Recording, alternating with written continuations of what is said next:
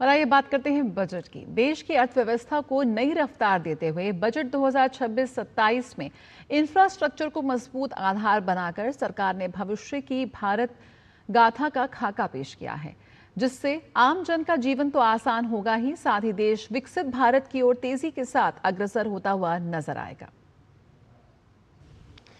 आमजन के जीवन को सुगम बनाने के लिए सरकार ने हर स्तर पर महत्वपूर्ण कदम उठाए हैं, जिसकी बानगी बजट 2026-27 में भी देखने को मिली।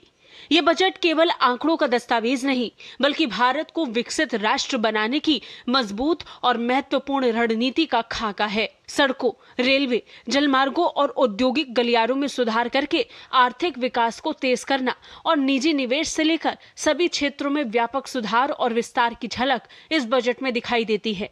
प्रधानमंत्री मोदी के नेतृत्व वाली सरकार का संदेश साफ था।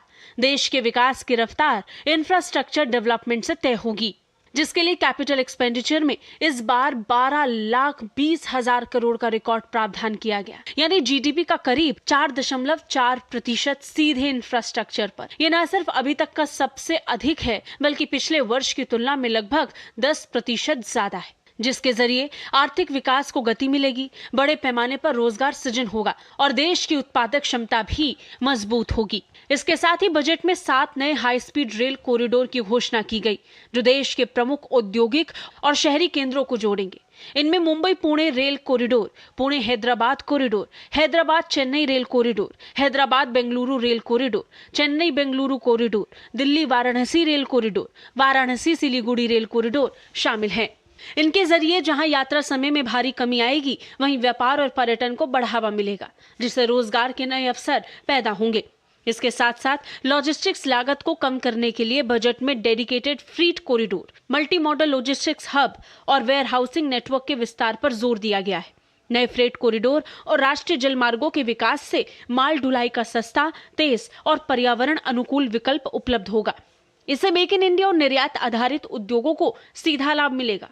बंदरगाह, जलमार्ग और तटीय विकास, समुद्री और नदी परिवहन को बढ़ावा देने के लिए कोस्टल कार्गो प्रमोशन स्कीम और नए जलमार्गों की घोषणा की गई है। बंदरगाहों के आधुनिकीकरण, शिप रिपेयर हब और इनलैंड वाटर ट्रांसपोर्ट से भारत की लॉजिस्टिक क्षमता में गुणात्मक सुधार नजर आएगा। Absolutely complimenting Honorable PM and Honorable FM for doing this great job of addressing almost all areas of the activities that can actually entail into creation of jobs, revenues, taxes for the nation. वहीं road infrastructure को मजबूती देते हुए राष्ट्रीय राजमार्गों के विस्तार, expressway निर्माण और मौजूदा सड़कों के उन्नयन पर विशेष ध्यान दिया गया है। सरकार का लक्ष्य है नए express controlled highway, logistic park और आर्थिक गलियारों के माध्यम से परिवहन समय और लागत दोनों को कम किया जाए। इससे उद्योगों को सीधा लाभ मिलेगा और ग्रामीण शहरी संपर्क और मजबूत होगा। बजट 2026-27 में टीयर 2 और टीयर 3 शहरों को विकास के इंजन के रूप में विकसित करने के लिए शहरी इंफ्रास्ट्रक्चर और सिटी इकोनॉमिक रीजन पर विशेष फोकस किया गया है, जिससे छोटे शहर भी आर्थिक विकास का केंद्र बन सकेंगे। 2 लाख करोड़ का निवेश होगा इन कोर इंफ्रास्ट्रक्चर, जो मेरे हिसाब से एक बहुत ही पॉजिटिव सिग्नल है और सभी के लिए। जैसा हमने पिछले साल देखा, इतना कॉम्प्लेक्स जियोपॉलिटिकल एनवायरनमेंट था, इतनी सारी चीज़ें हुई, लेकिन फिर भी भारत एक फास्टेस्ट ग्रोइंग इकोनॉमी के रूप में उभर के आया। और जिस तरह का निवेश गवर्नमेंट ने आउटलाइन किया है इन कोर इंफ्रास्ट्रक्चर ग्रोथ, आने वाले साल में भी उसी की उम्मीद है।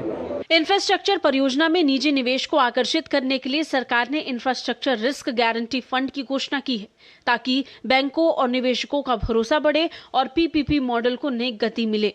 इंफ्रास्ट्रक्चर निवेश का सबसे बड़ा लाभ रोजगार सृजन के रूप में नजर आएगा। बजट 2026-27 में इंफ्रास्ट्रक्चर विकास केवल खर्च का आंकड़ा नहीं, बल्कि भारत के भविष्य की रणनीति है। रिकॉर्ड कैपिटल एक्सपेंडिचर, आधुनिक कनेक्टिविटी, लॉजिस्टिक सुधार और निजी निवेश को बढ़ावा देने वाली नीतियां ये संकेत देती हैं कि सरकार आर्थिक विकास की मजबूत नींव रख रही है। प्रधानमंत्री मोदी के नेतृत्व में योजनाओं का प्रभावी क्रियान्वयन, बजट के जरिए कर्तव्य की नई शपथ भारत को एक तेज, समावेशी और टिकाऊ अर्थव्यवस्था की ओर ले जाने में निर्णायक भूमिका निभाते हुए नजर आएगा। मुकुल शर्मा की रिपोर्ट, डीडी न्यूज।